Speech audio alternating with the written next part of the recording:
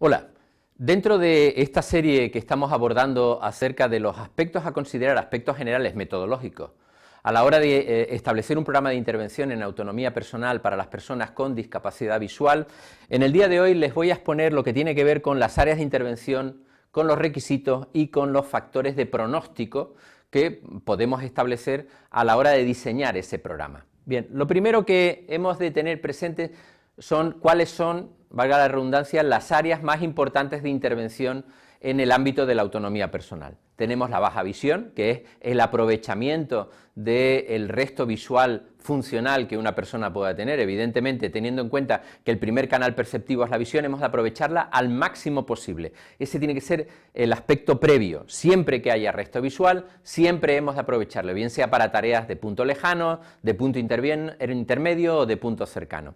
En segundo lugar, lo que tiene que ver con las habilidades de desplazamiento independiente. Fíjense bien que para cualquier tarea que nos planteemos conlleva la posibilidad de moverse.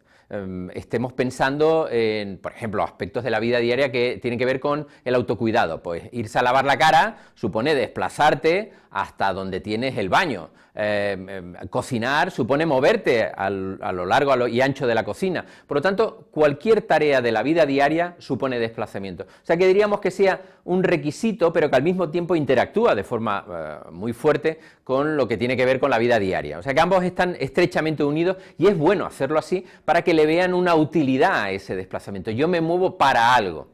Y por último, la propia vida diaria. Tiene que ver esencialmente con el autocuidado, tiene que ver con el uso de materiales comunes, con las habilidades de cocinado, con la alimentación, o sea, cómo comportarse en la mesa, habilidades sociales, habilidades de comunicación, todo eso que desarrollamos de manera cotidiana. Empecemos en primer lugar con la definición de cada uno de esos componentes. Movilidad. La movilidad fundamentalmente es la capacidad de desplazarse esencialmente con tres aspectos: con seguridad, con eficiencia y con fluidez. De nada sirve que una persona se desplace si se va dando golpes constantemente, si está en peligro su seguridad. Ese debe ser una variable criterio que hemos de tener presente a la hora de evaluar tanto la situación de entrada en el programa como la situación de salida una vez lo finalice. En segundo lugar, la eficiencia. Una persona tiene que desplazarse de manera efectiva, ir de un sitio a otro sin perderse. Si de cada 3 veces que lo hace se pierde 2, evidentemente eso no es tener movilidad, porque esa eficiencia no se produce. También nos tiene que servir como criterio de evaluación de entrada y de finalización del programa. Y por último, la fluidez. Si tarda, a no ser que tenga una limitación de carácter motor, si tarda mucho tiempo en hacer un recorrido corto, evidentemente eso no es funcional. O sea que hemos de procurar que haya una cierta relación entre seguridad y agilidad, y rapidez a la hora de efectuar ese desplazamiento. Esos son los 3 criterios: seguridad, eficacia y fluidez. Y en segundo lugar, hay que tener muy presente que no podemos movernos si no hay una adecuada representación del entorno. De lo contrario, no sabemos ni dónde estamos, ni de dónde venimos, ni a dónde vamos. Y ahí entramos en la definición de representación espacial.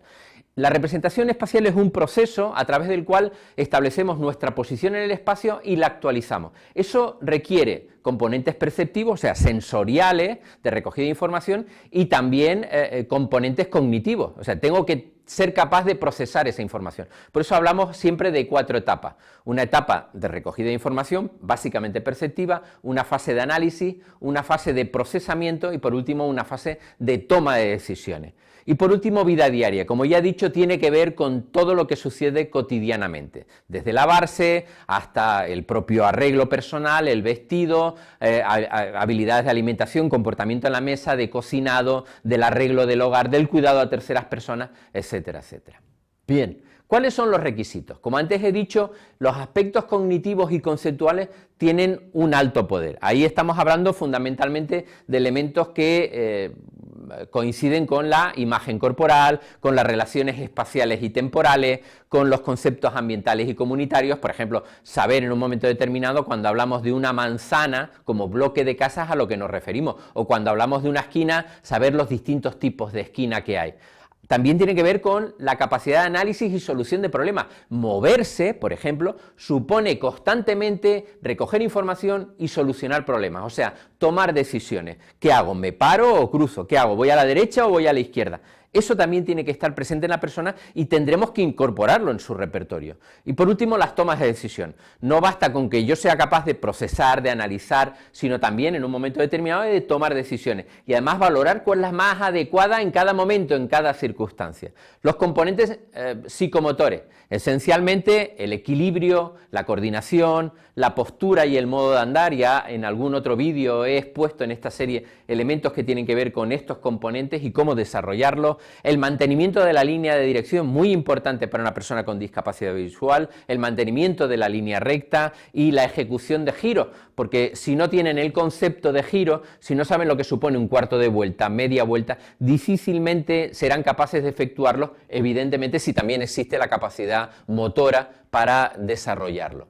Luego la destreza motora tiene que ver esencialmente con las habilidades motoras finas, desde la sujeción de un bastón a, por ejemplo, la sujeción de un tenedor, el uso del tenedor y del cuchillo, la sujeción de un vaso. Son componentes motores finos que han de estar presentes para que nosotros podamos desarrollar esas habilidades de desplazamiento o esas habilidades de la vida diaria. La resistencia. ¿Cómo le vamos a pedir a una persona que haga un recorrido, por ejemplo, de 300, 400 metros o en una pendiente si no tiene la resistencia física suficiente? Y eso tendremos que valorarlo. A no ser que haya un componente limitador de carácter físico, por ejemplo, una cardiopatía, tendremos que incluirlo. La persona tendrá que coger fuerza y resistencia para poder desarrollar esas tareas que ya de por sí generan un alto estrés, alta ansiedad y eso produce fatiga.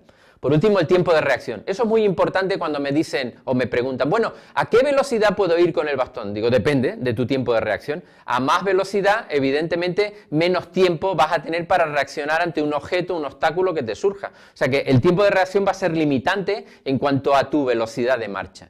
Y por último, el área afectiva, que no es menos trascendente. Aspectos que tienen que ver con las actitudes, si son positivas hacia esa nueva tarea, si yo estoy dispuesto, deseo, quiero hacerlo. Los elementos motivacionales, lo voy a hacer para algo, me interesa porque quiero integrarme social o laboralmente, me interesa porque no quiero depender de los demás. Los valores, si la persona tiene claro que independientemente de la presencia de su discapacidad visual, puede hacer muchas de las cosas que antes hacía. Y por último, la autoconfianza. Yo siempre les digo, cuando yo te pida algo, cuando yo te diga que hagas algo, es porque yo tengo claro que tú lo puedes hacer. Por lo tanto, confía en mí y confía en ti mismo. Nunca voy a pedirte aquello que no seas capaz de hacer. Esa relación de vínculo entre el profesor, el instructor y el instruido es muy esencial para generar esa autoestima que luego les va a permitir afrontar situaciones complejas. Muchas gracias.